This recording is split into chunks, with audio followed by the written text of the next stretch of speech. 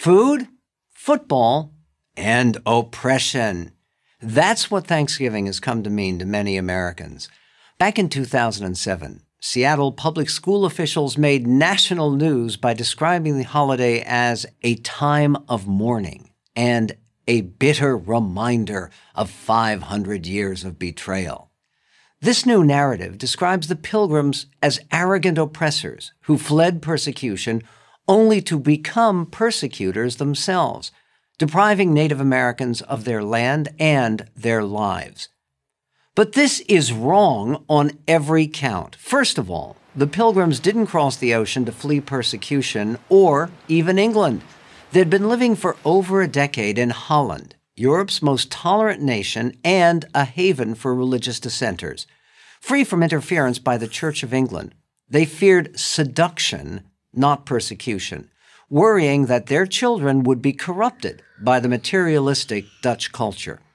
That's why they risked their dangerous 1620 voyage to a wilderness continent, not because they were running from oppression, but because they were running toward holiness, fulfilling a fateful mission to build an ideal Christian commonwealth. They initially planned to plant this model society on the wild, wolf-infested island known to natives as Manhattan. But winds and tides blew them 250 miles off course, dumping the Mayflower on the frozen coast of Massachusetts. Somehow, the Pilgrims saw their dire situation as a demonstration of providential power, especially after a giant wave picked up the flimsy boat of a scouting party on a stormy December night. The turbulent sea then deposited them safely, miraculously, on a little island within sight of the ideal location for their settlement. It was a deserted Indian village with cleared land, stored supplies of corn, and a reliable source of fresh water. No, these supposedly cruel conquerors never actually invaded that village. Instead, they expressed a fervent desire to pay the natives for the dried corn they found, if only they could find someone to pay. But the former inhabitants had perished during 3 years of plague, probably smallpox, that immediately preceded the Pilgrims' arrival. One of the few survivors of that devastation turned up several months later to welcome the English newcomers. Against all odds, he proved to be the single human being on the continent best suited to help the struggling settlers, since he spoke English and had already embraced Christianity. His name was Squanto, and he had grown up in this very village before a ruthless sea captain kidnapped him as a boy and sold him into slavery in Spain. After 4 years, he was freed by kindly monks, then made his way to England, and finally sailed across the Atlantic, only to find his friends and family all wiped out by disease.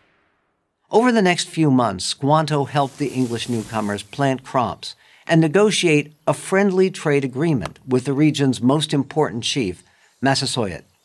No wonder Pilgrim leader William Bradford called Squanto a special instrument sent of God for their good. The celebration, later known as the First Thanksgiving, actually involved a 3-day harvest festival in October, apparently inspired by the biblical holiday of Sukkot, or the Feast of Tabernacles. 90 hungry Indian warriors joined the 53 surviving Pilgrims for this occasion. Nearly half of the colonists had died during the brutal winter. The Englishmen provided some vegetables, fish, and perhaps wild turkeys, while the natives brought 5 recently hunted deer as house gifts. The preferred sport on this occasion wasn't football, but shooting, with settlers and Indians sharing a fierce fascination with guns. Though these hardy Pilgrims loom large in the American imagination, they never built their Plymouth settlement into a major colony. In nearby Boston, the later colony of Massachusetts Bay grew so much faster that it swallowed up the great-grandchildren of the Pilgrims in 1691. But the sense of purpose of the original Pilgrims left a permanent imprint on the national character. They maintained unshakable confidence that God protected them, not to grant special privileges, but to impose special responsibilities. They saw themselves as instruments, not authors, of a mysterious master plan. Today, with our continued blessings so obvious and so overwhelming, the only reason to treat this beloved national holiday as a time of mourning is that some foolish Americans actually think that's a good idea. The Pilgrims knew better. They understood that people of every culture and every era can gain more from gratitude than from guilt. I'm Michael Medved for Prager University. Thank you for watching this video. To ensure that millions of people watch this and other PragerU videos, please consider making a tax-deductible donation.